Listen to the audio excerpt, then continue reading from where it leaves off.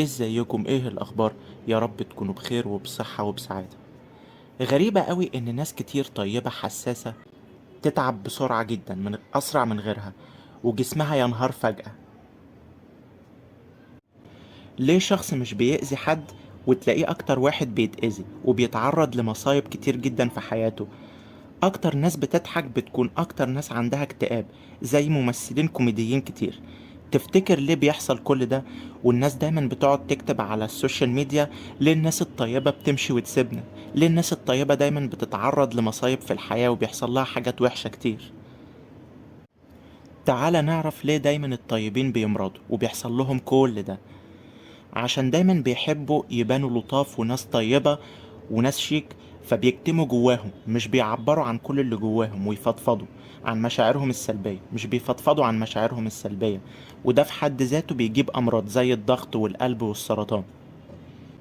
عشان كمان مش بيعرفوا يقولوا لأ، فده بيخليهم يحاولوا يبانوا لطاف ويوافقوا على أي حاجة، وما يعبروش عن رغباتهم الحقيقية.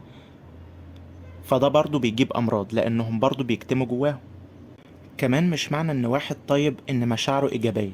لا لا لا لا لا، ممكن عادي يكون من بره طيب بس جواه مشاعر سلبية، فدايما بيجذب حاجات سلبية ومصايب لحياته. ولو عايز تعرف اكتر عن قانون الجذب، انا ليا حلقة بتكلم فيها عن قانون الجذب، لو انت عايز تعرف عنه اكتر.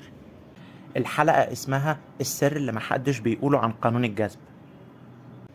انت في الحياة مش مطالب انك تكون طيب ولطيف بزيادة، لازم يكون عندك شجاعة ووقاحة في الحياة.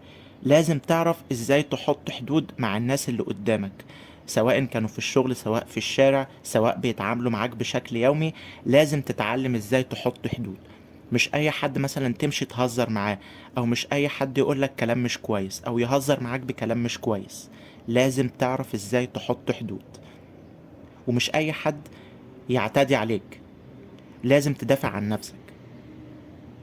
مش اي حد يهينك. اي حاجة بتزيد قوي بتبقى مش كويسة، حتى لو الطيبة. لازم لو انت مش عايز تعمل حاجة معينة، قول لا بكل شجاعة. لازم تتعلم تقول لا في الحياة. خلي بالك، الحياة بعد كده هتعلمك وتحطك في ظروف تجبرك انك تقول لا، وما تقبلش ان حد يهينك او يأذيك او ايا كان.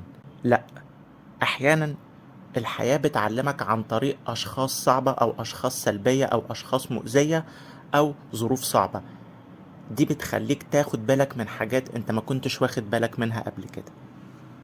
مش دايما الحياة هتعلمك بأوقات سعيدة، أحيانا برضو بتعلمك بحاجات صعبة، أحيانا بتعلمك بظروف صعبة. أحيانا أحسن معلم في الحياة هو الظروف الصعبة والشخصيات الصعبة. شكرا جدا واشوفكم على خير الحلقة الجاية.